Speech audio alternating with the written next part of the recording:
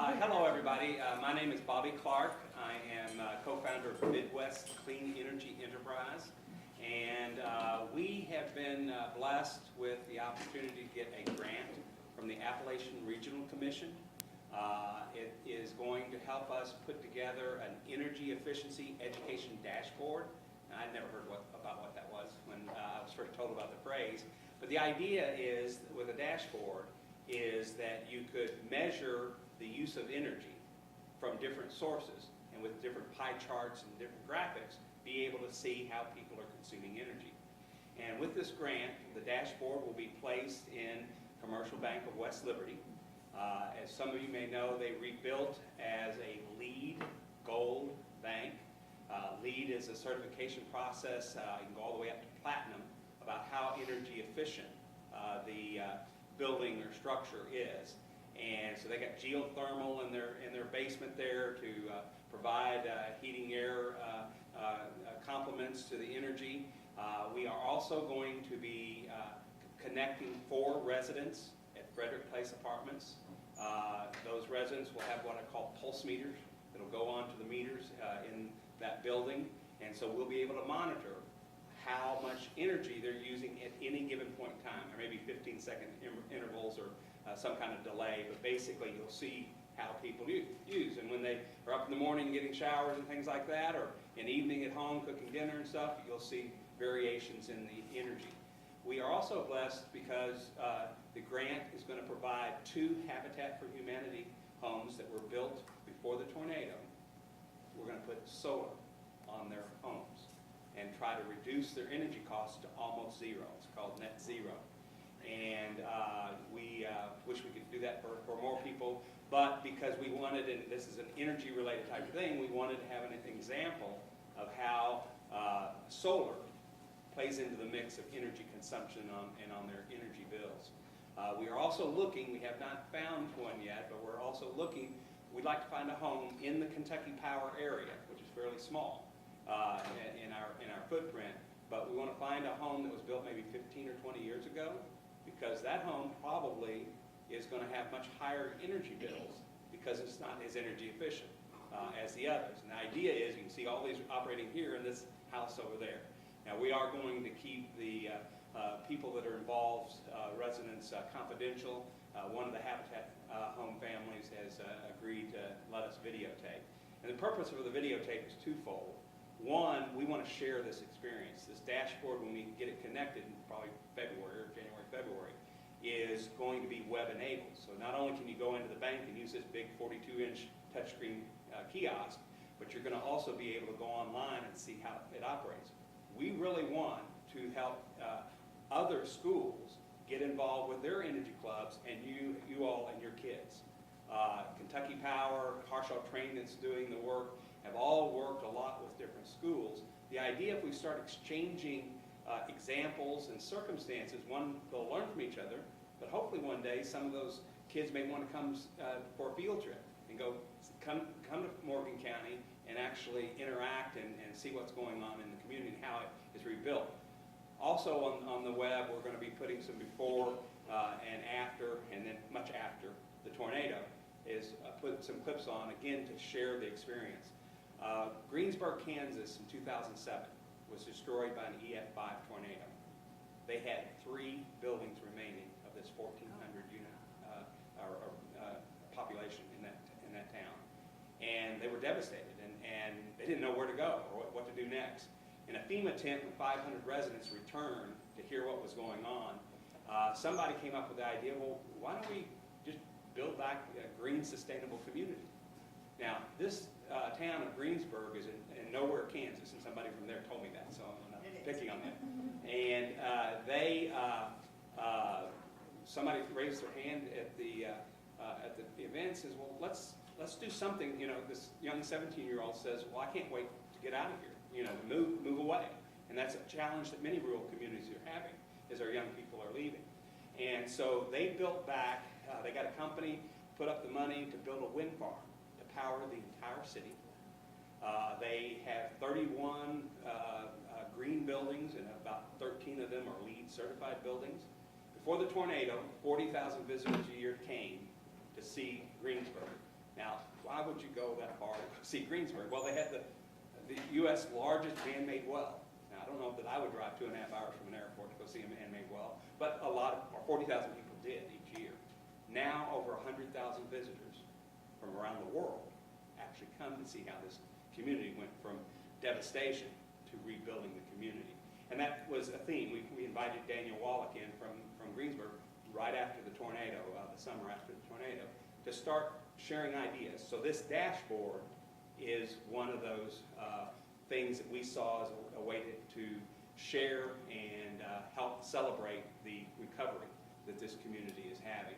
And so today, I'll let Karen introduce herself. Karen Reagor is going to provide a training. We want to encourage you all to set up energy clubs in your schools. And we're going to be here to help. Just because we're here to train today, we're going to be around.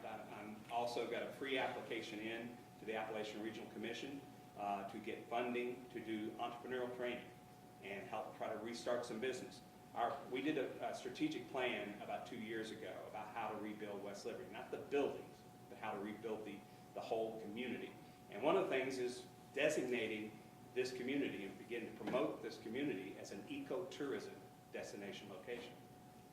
45 minutes that way is the Red River Gorge, 25 minutes that way is Cave Run Lake, and the Licking River is right downtown. So can you imagine one day, canoes or rafts or, other bed and breakfasts and other things. That's kind of the vision that we had. Now it's up to the community to do it, but this entrepreneur training will help us.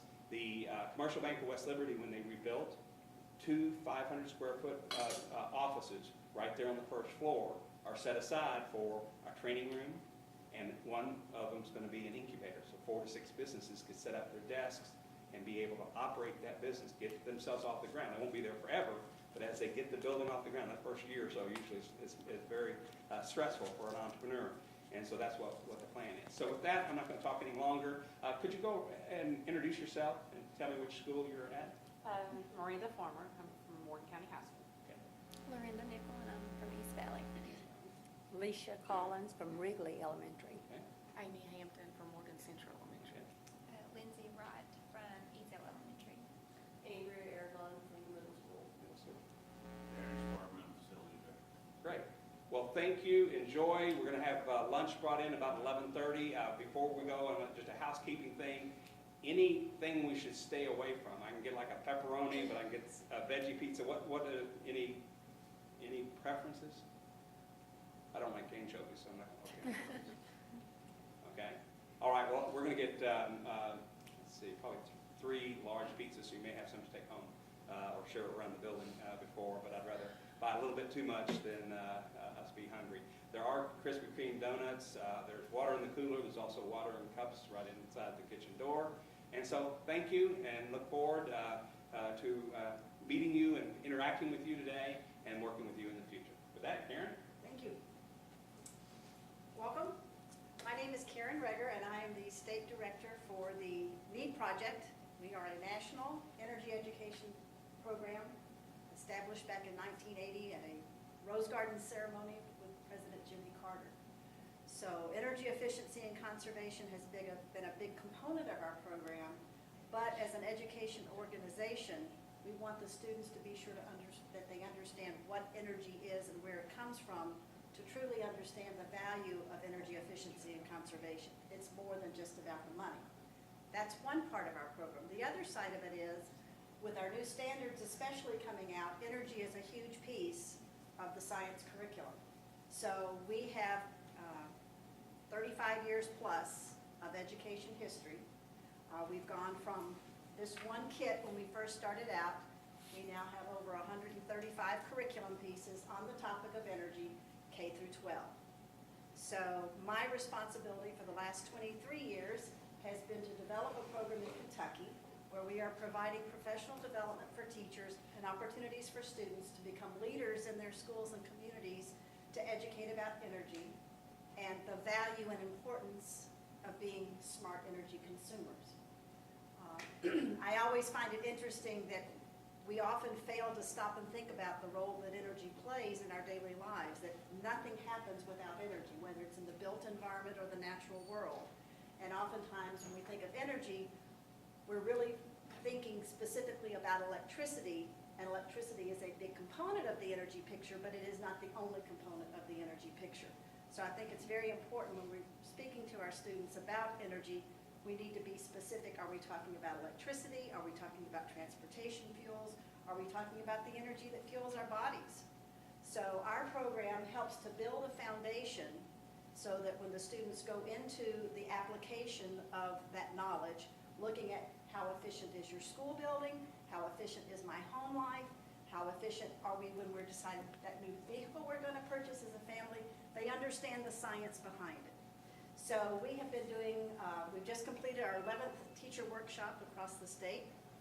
We typically do one in Moorhead every year, which is probably the closest one to you all, or every other year. We get funding from the State Energy Office, we get funding from Kentucky Power, from LGDKU, and from Duke Energy up in northern Kentucky. So we have some limited sponsorship from our co-ops, which I understand most of you all are in, not Licking Valley Co-op, okay. I want to say Salt River, and I knew that wasn't right. But we do work very closely with East Kentucky Power, which is their generating partner. So all of our materials are free of charge. We have purchased, what did we get, 6 kits? We got 6 science and energy kits. So every school will have their own science and energy kit that covers the energy transformations. And then we purchased 2 of our monitoring and mentoring kits for the district, which will be shared amongst the schools once you get your students engaged. Another part of the standards it's more intense than in previous years is analyzing, collecting data. The energy efficiency piece with the student energy teams is a huge piece that will cover those standards. And it's a great connection to your technology standards as well. The other thing that we're discovering with the help of some of our teachers who've been with us for a while is that there are many math and language arts connections to what's going to be happening with the energy curriculum. So a lot of opportunities for collaboration. At the elementary level, you can do it as a classroom, but at the middle school level, we've got language arts teachers working with the science teachers on some collaboration pieces as well as at the high school level. So what I wanted to do today, we're typically hosting a workshop that has 30 to 40 teachers. So this is going to be a modified version of what we would cover at a typical workshop. We're actually going to dig into the boxes, so when you get this box in your school, you'll actually know what's in here and what to do with it. We're going to go through and help you see how what we're doing at the elementary builds to the middle school level, builds to the high school level using the same materials. It's just how it's presented. So to start out with, introduction, we are, as I said, a national nonprofit education association, total focus on energy education. We work with industry partners, with the different entities in the field of energy, whether it be renewables or non-renewables, community leaders. We work with KDE here in Kentucky to make sure that we're providing materials that are standards-based. They are correlated to all of the standards and to NGSS, or CAS as we have it here in Kentucky. It's unbiased. We talk about the good, the bad of all the energy sources. We want to make sure the students understand where energy plays a role in their daily lives and to be sure they understand the value of good behaviors.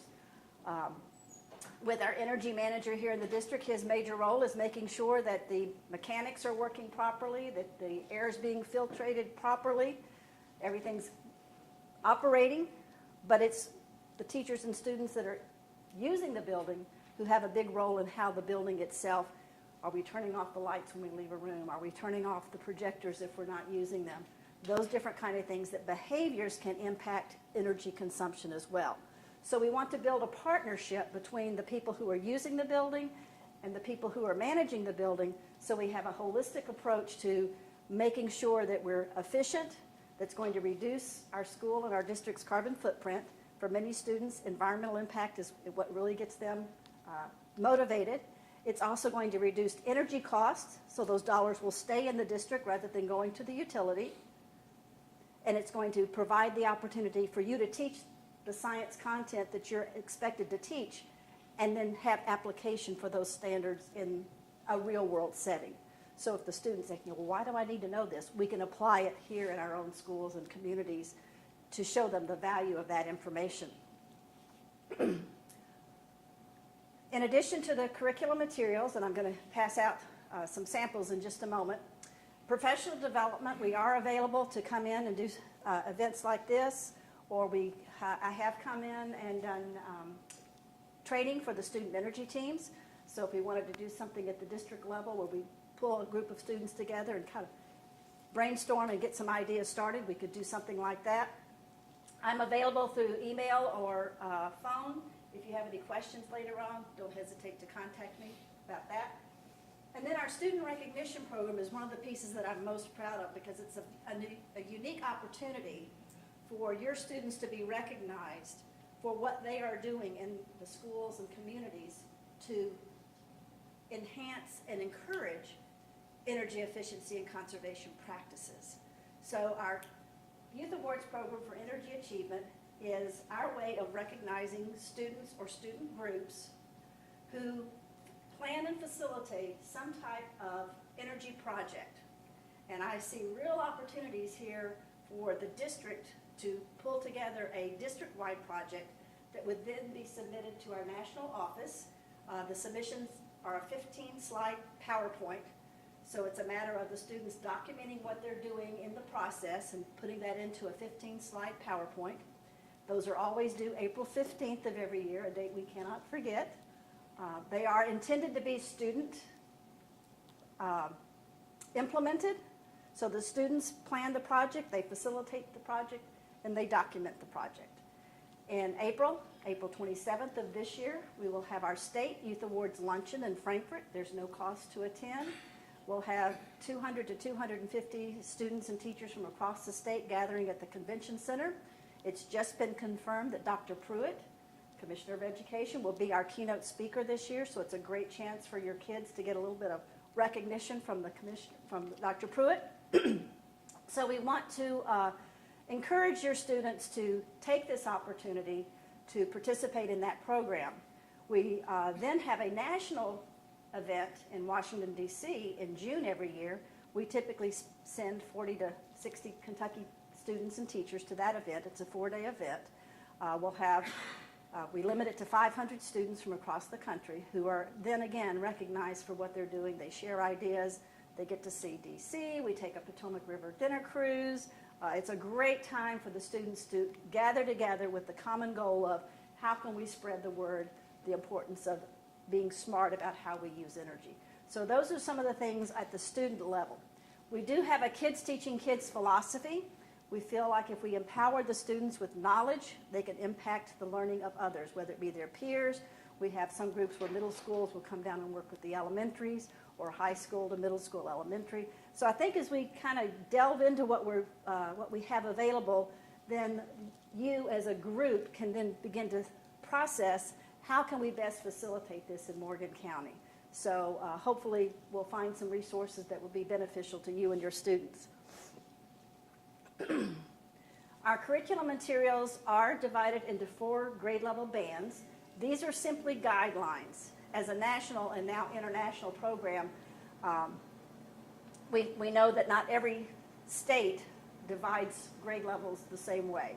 So we go with this designation that our primary materials are geared for grades K2, and then elementary 3-5, intermediate for grades 6-8, and then secondary would be 9-12.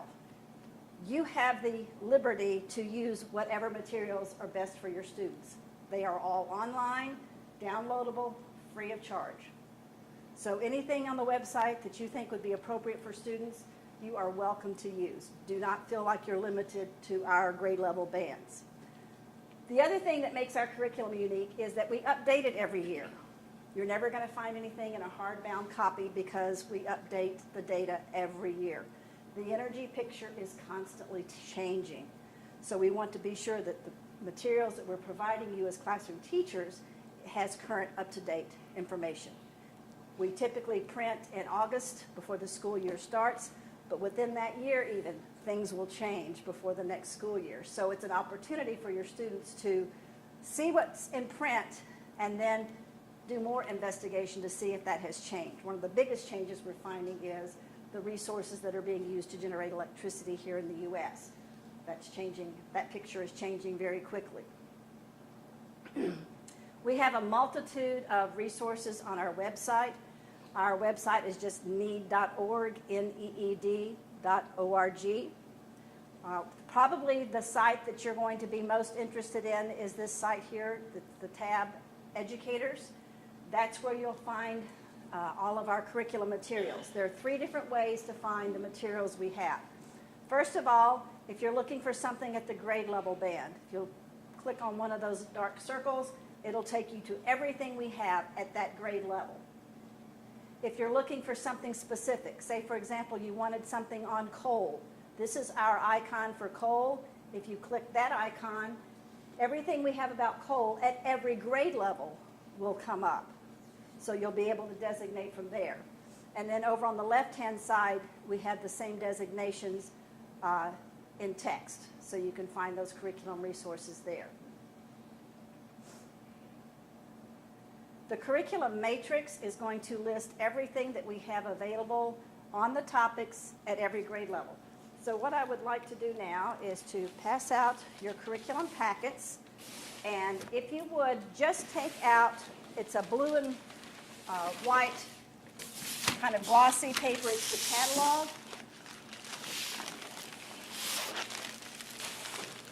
Oops, sorry about that.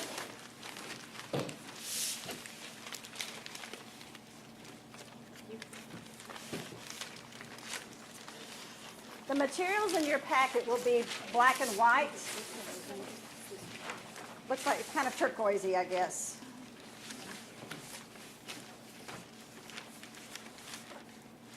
This is the packet that teachers get when they come to one of our workshops. So everybody goes home with what we call kind of a sample packet of our materials. If you would look on pages 10 and 11,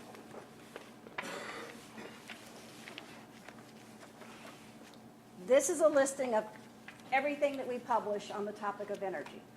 Across the top, you'll see the grade level bands designated, and then down the left-hand side, the different topics. So we have several of our introductory activities listed there. We do have some energy polls. Our energy games and icebreakers activity, which you have a copy of in your packet, has a lot of activities that can be used to introduce energy to your students.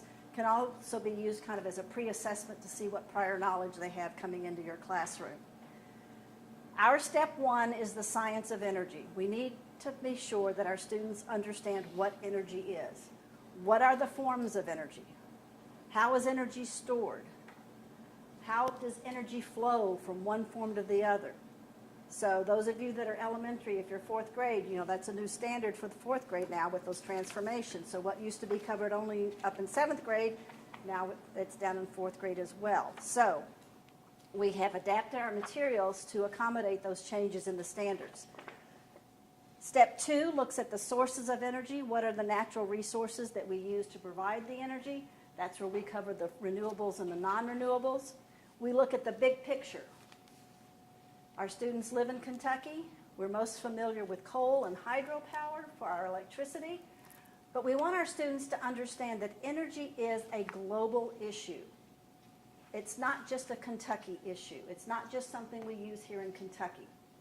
I've had the good fortune of doing workshops, the same workshops we do in the United States, I've done in Amsterdam, Dubai, and Kuwait. We also do them in the Far East. So again, we're all using the same energy. We're all using the same natural resources. It is a global picture. What's happening in India and China with their coal-fired power plants, they're being built with old technology, has an impact on us here in the U.S. because the clean air that we're producing here in the U.S. doesn't stay. Airflow around the planet. So the air that's being polluted elsewhere is going to eventually come to the U.S. So we need to address energy and especially generation of electricity as a global picture. So with our sources of energy, we want our students to have a basic understanding of those energy sources that are available, the 5 renewables, the 5 non-renewables, to understand the advantages and disadvantages of each, the pros and cons. your students may come up with an idea that this is the best energy source. But then we have to evaluate, is that energy source available in Kentucky? Bobby was talking about the city, Kansas? Greensburg. I knew it was Greensburg, but I couldn't remember Kansas. They've turned to wind. With some research, your students are going to find wind is not a viable option in Kentucky. We just don't have that natural resource available to replace or provide the quantity of electricity that we require here in Kentucky. So we have to look at, we may think this is a great resource, but if it's not available, we can't do anything about that. We have to look at what is available. Therefore, the students will quickly learn that what we have available in Kentucky, we have coal, we have natural gas, we have hydropower, we have applications for solar, mainly like Bobby was saying, on an individual basis. But several of our utilities, and East Kentucky Power is one who's just filed for a solar farm.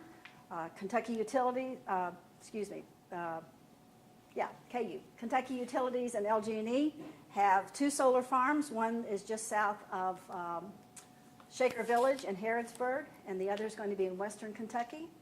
But when you look at one of the things, I visited the one in Harrodsburg last summer, and you've got a 50-acre plot that will generate electricity for 100 homes, as opposed to a coal-fired natural gas power plant on a much smaller footprint that will generate electricity for hundreds of thousands of homes. So again, you're looking at production, footprint of the plant, so all the different things the students need to consider when we're talking about what are viable options. So every energy source has pros and cons, advantages and disadvantages, and we want to be sure that the students have a good foundation. One of the energy sources that, well, I'll ask you a question right quick. What's the #1 country that generates electricity with nuclear power using uranium as the natural resource? Japan has a lot, not as much as they used to before the tsunami. Any ideas? Probably heard a lot about France. France produces about 80% of their electricity with nuclear power, but France isn't a very big country. The #1 country for producing electricity with nuclear power is the United States. Why is that a surprise to us? Well, #1, we have none in Kentucky, and we don't have very much very close to us. But we have it here in the U.S. It's a very low cost once you get the plant built. It's safe is a word that means different things to different people. You know, you talk about what happened in Japan, and it's scary. A good comparison is our 3 Mile Island, which some of you may or may not remember, was not what happened in Chernobyl because of the way we build our power plants. We have a much safer process for building our power plants. So we did not have a Chernobyl experience.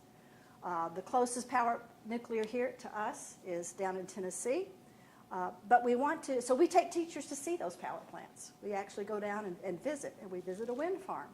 We do a lot of different things on our energy tour, which I'll talk about a little bit later. But again, we want our students to understand these are the 10 major energy sources that are used across the planet, mainly to generate electricity. But they also provide us with transportation fuels, for the energy for industry, the same energy that's being used in that natural gas or coal-fired power plant, not as natural gas or coal, but it's stored chemical energy. And it's stored in chemical energy that came from biomass, from organic matter. And it's that same chemical energy that we fuel our bodies with when we eat. So seeing all those connections between energy in the built environment, but also energy used in the natural world. So step #2, looking at the sources of energy, is where we build that foundation with a basic understanding of those 10 energy sources. As you go further into the study, we've just completed, we got a grant from the State Energy Office to update. 2 years ago, we developed coal curriculum for Kentucky, and we've just recently updated that curriculum. It will be available, it's at the printer now, so in January it will be available. So if you want to do more study on coal and coal in Kentucky, we'll have that available. If your students are interested in the solar, we have a solar kit where the students are actually doing demonstrations and activities to understand solar energy. There's an introductory piece in the Science of Energy kit that you're going to receive so you can introduce solar to your students. We have a hydropower kit, and we have a wind kit. And those kits are available at the primary, elementary, intermediate, and secondary level. So they're grade level specific kits on those energy sources. So we have a lot to offer. It just depends on what your interests are, what your standards you're going to be addressing, and what the interest of your students. The other piece that I think is important is that not only are we providing opportunities for content knowledge, but life skills. One of the things that we do on our energy tour when we're visiting different sites is we're looking for energy businesses, energy production in Kentucky. We're looking at opportunities for careers for the students that are in our classrooms. And one of the things we ask the industry professionals is, what are you looking for in future employees? And very rarely is it content. Most of the time, it's life skills. I need to know they're going to show up for work on time. They're going to be reliable. They can work well in a group. They can follow directions. And they can pass a drug test. And that's the number one. But they have a lot of kids who are really qualified, but they can't pass the drug test. So I stress that because it's important for us when we've got them in that K-12 sector to really stress for them that you're building your knowledge base to have a successful career as an adult. So a lot of our activities will provide the students to work collaboratively. It'll provide opportunities for the students to do projects together. So that collaboration piece is very important. And then we also provide opportunities for public speaking or developing pamphlets, brochures, PowerPoints, things that, again, relate back to language arts standards. So you're going to find it's very encompassing as part of the curriculum. Our step 3 looks at electricity and magnetism. Everybody uses electricity. We're using it more and more with all the electronics that we have. But do we really understand where it's coming from or how it's generated, other than we know it's out there somewhere? Most of our younger students will point to a plug and say, I don't know, we plug it in and it works. They'll know where the gasoline comes from a gas station and the grocery store, but unless they've actually seen a power plant, they really don't understand. So we want them to understand that process. We also want them to understand that we as consumers are creating the demand for that product. If we didn't want electricity, we would have no power plants. So we have to accept some of the responsibility for what's the product, and sometimes we don't like the way it's being produced, but it's what we have available. We want to make those connections, but we have to understand that we as a population, if you're plugging things in, you are a consumer who wants that product, and we want it 24/7. We want you to understand how it came to be, what resources were being used, and the process. Our step 4 looks at transportation. What opportunities do we have for personal transportation? What opportunities do we have for public transportation? UPS in Louisville has switched most of their vehicles to natural gas, which is a much cleaner fuel for distribution in their trucks. A lot of our larger cities have gone to either electric or natural gas in fleets and buses. One of the things that I always caution, people talk about, I've got an electric vehicle, it's not polluting out of the tailpipe, but the electricity that is being generated to power that vehicle came from a power plant, and if you don't trace back where that electricity is coming from, there's a real disconnect between I have a zero emission vehicle, the vehicle itself may be zero emission, but that electricity to power the vehicle had to come from somewhere. So there oftentimes is a misunderstanding, and we find that in marketing, which is another opportunity, especially for our high school students, to know how to read for bias in an article or information, to understand what's fact and what's maybe a biased opinion. So we want to give them, again, those opportunities.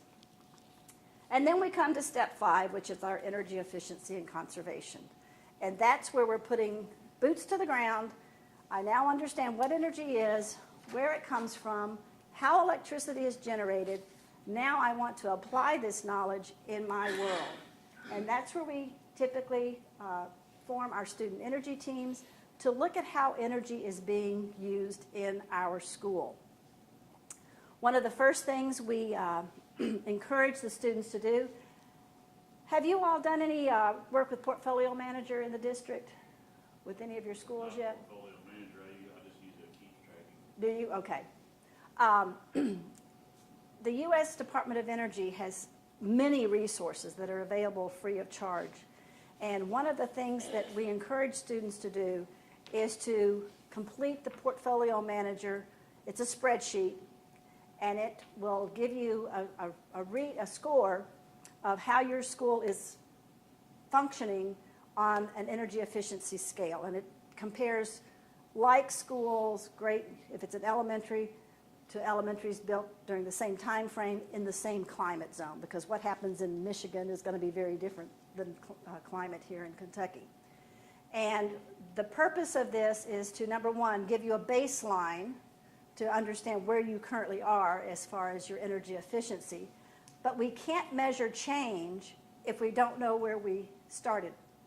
So that Portfolio Manager will give you the opportunity to get that baseline figure, so anything you do beyond that point, you can measure, have we improved over the last time we completed Portfolio Manager.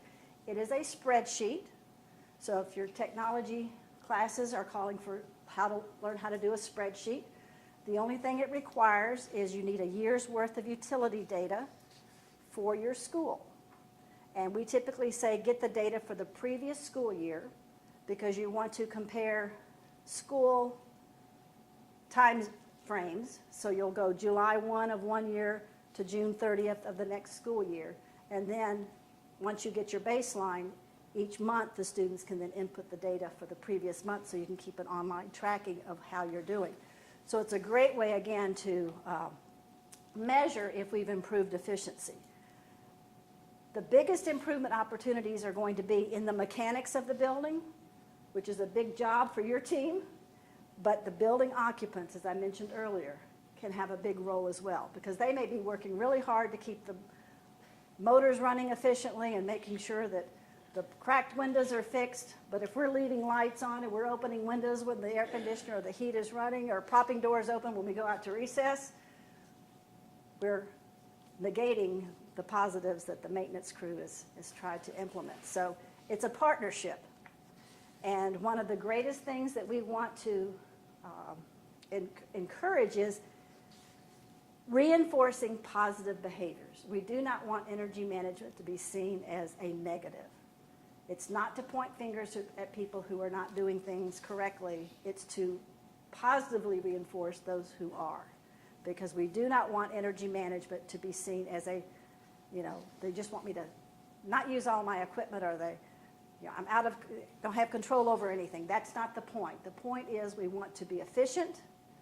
We want to be smart about using that energy, especially the electricity, and we want to keep those dollars in the school. I dare say you've got all the money you need for everything you want, right? We have testimony from one Kentucky superintendent who told his district if we weren't active with our energy management, we would no longer have our art, music, and PE teachers. We just couldn't afford it. But with the money we've saved, we still have those teachers. Had another superintendent who said the only reason we can do field trips is because we have money saved from energy to be able to cover the cost of the buses. So there are incentives and motivations for saving that electricity, saving those dollars, and each district has to come up with a plan. But it's important that the students are rewarded and recognized for their efforts in some fashion. It doesn't have to be major, but we do want to be sure that the students have some kind of opportunity to be recognized for what they're doing. And even with our student energy team, typically our teams are anywhere from 5 to 10 or 15 students. I don't encourage anybody to have a team of over 20 because it just gets more than you can handle. But it doesn't mean that those 5 students are the only ones working on the project. They are just the facilitators to educate everybody else, because it takes everybody in the building understanding why we're doing what we're doing to be on board. These students are not going to go around at the end of school and make sure everybody turned their lights off. The last person out of every classroom is going to be responsible for making sure the light's off, and they're going to understand why. And we'll go into that in more detail a little bit later. And then our step 6, you'll see a large list there of activities that can be used for culminating activities, for enrichment. Many of those activities can be student-led. They could be activities, some of our middle school and high schools, the teams will do some kind of announcements on morning announcements or the afternoon announcements encouraging energy efficiency. October is Energy Awareness Month, so many of them will have an energy announcement once a week for that week or for that month. A lot of different ways to use those materials. It's left to the creativity of the students. And step 7 is evaluation. We do have several polls on our website that you can use to assess prior knowledge of energy. And then we have a question bank as well that's been developed. Most of us that work for NEED, we're not a very big organization, but most of us are former classroom teachers. So we've come up with a list of questions that you might want to use, or if you're stuck on a question for a particular topic of energy, both open response and multiple choice. So there are opportunities there on the website. And then the student outreach piece of it, step number 8, that piece goes into more detail about our Youth Awards program and what we have to offer there for the student leadership piece. So any questions on that matrix? Feel free to interrupt me at any time, too. The next thing that you're going to see in your packet are info books. And you're going to have a primary, an elementary, a middle or intermediate, and a secondary.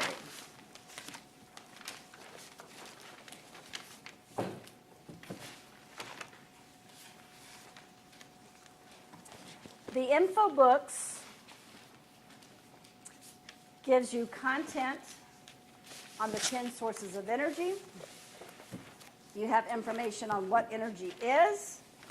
You have information on electricity and an introduction to energy efficiency and conservation. Let's look at the intermediate one as a group.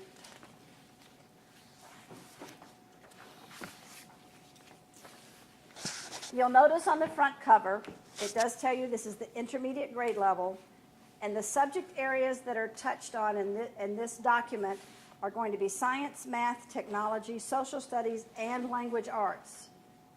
So again, a lot of cross-disciplinary opportunities here. You'll see on the inside cover, there's a list of our teacher advisory board. These are the folks that review all of our curriculum. We do have some Kentucky teachers on that board, so they are the ones that are helping us to update the curriculum and make sure that the activities are not only grade level appropriate, but engaging for the students. You'll also notice there it says permission to copy. You have our permission to make copies of anything that we have. So don't hesitate. If there's something you want to use, you have our permission to copy it. If you do have smart boards, we do have several of our materials are designed for use with the smart board, so it will be noted on the website if those particular materials have been adapted for the smart boards. On the table of contents, you'll notice the standards correlations. They are correlated to NGSS, but we also have correlations to the Kentucky CAS. So what I wanted to show you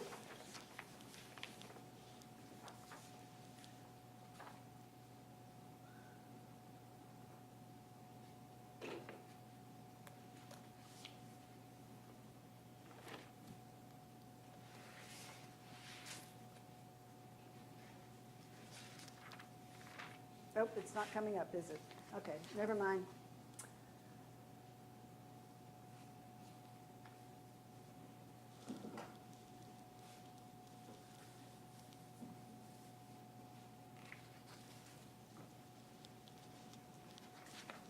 I'm connected, but I don't know how to get it to show on the screen. So what I wanted to caution you about, when you get to the Kentucky standards, when you go to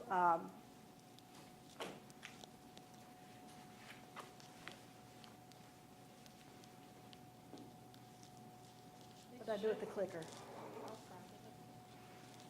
Under your book over your box. Oh, thank you. There it is.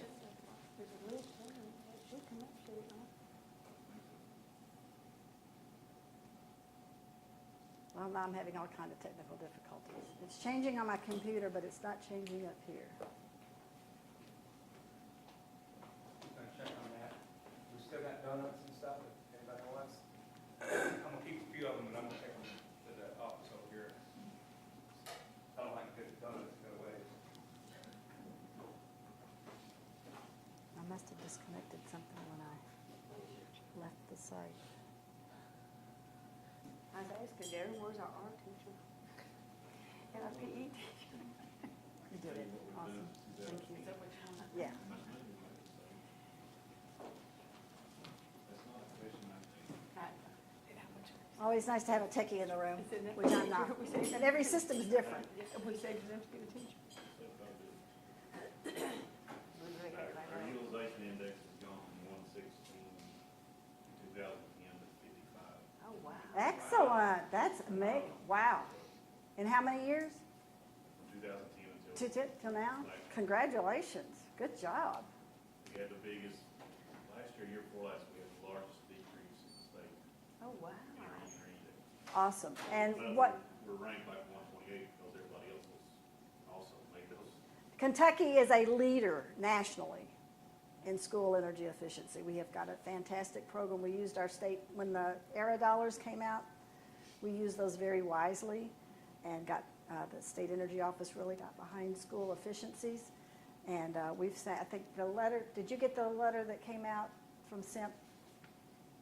I think Monday it came out. Haven't got it It was the cumulative total of how many millions of dollars we've saved in Kentucky.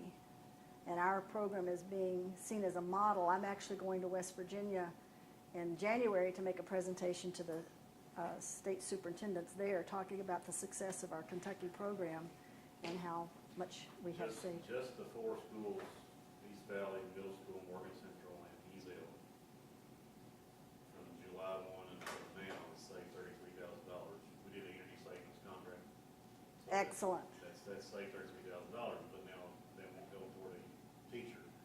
That's what we want. Those savings go toward paying the bill for all the equipment. But when the high school kids built, High it had a school- big drop. 'Cause Yeah, it should have, because high school's energy.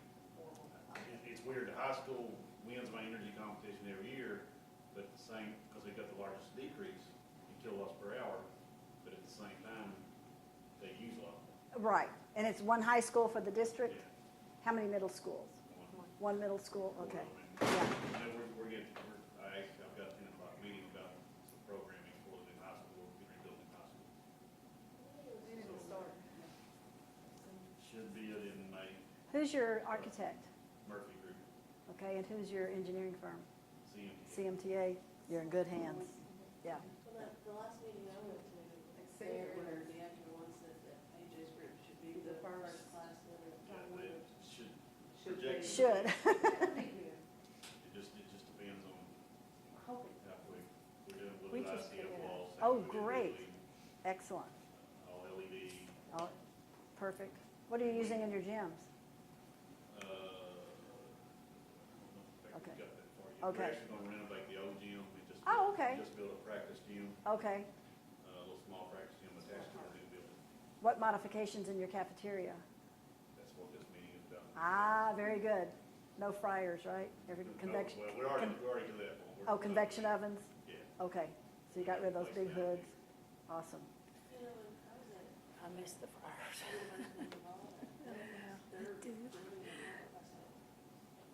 Where's this? Oh, well, we have a net zero school here in Kentucky, Richardsville Elementary in Warren County. And several near net zero. Turkey Foot Middle School up in Kenton County is near net zero. They all have, are you going to be using gray waters for flushing? You're going to do a cistern system? that's one big savings, is not using potable water, using rainwater to flush toilets. There's that one. Are you gonna have geothermal? Geothermal. Geothermal? Done test wells already. Excellent. That's what we did with the energy savings project, is we'll, East Valley, propane, just geothermal. To geothermal? It's kept their bill over half. Awesome. Where did you put the wells? Are they under a parking lot or off, Never put them under a bar, yeah, a ball field? or under a sidewalk. Yeah, ball field? Yeah, yeah, no. No. Wants to be driving on the top. So, sounds like you're doing some great things, that's awesome. Yeah, I know that is. Major changes. Okay. Yeah. that's what I was- Do you have a good design team that works together on making all the planning? Basically, just the MTA makes their recommendation to the program team, we'll discuss it. One of the things that we encourage districts to do, and we've done this up in Kenton County and in Warren County, is to engage some students in the process. The number one thing we recommend is It was shut down for. getting teachers on your committee who you are going to be using the building. One of the worst, We're doing that with high school. excellent, excellent. Because oftentimes designs are made that are efficient for construction, but it's not efficient for the use of the building. So it's important to get input from the teachers, but it's also important to get the students engaged because they learn from the process. And for example, with the geothermal wells, once the wells are drilled and it's covered by whatever, unless you were there to see it happen, you don't even know it's there. So if the students get that knowledge early on, for the rest of their life, they're talking about the geothermal that was there because they saw it. It's also a great geology connection when you do your core samples, if you can get some of those core samples from the drilling to keep in the science lab for geology of the area. So again, trying to make as many connections to what you're doing to the classroom has that ongoing message, and the students become ambassadors for what you're doing because they understand the process.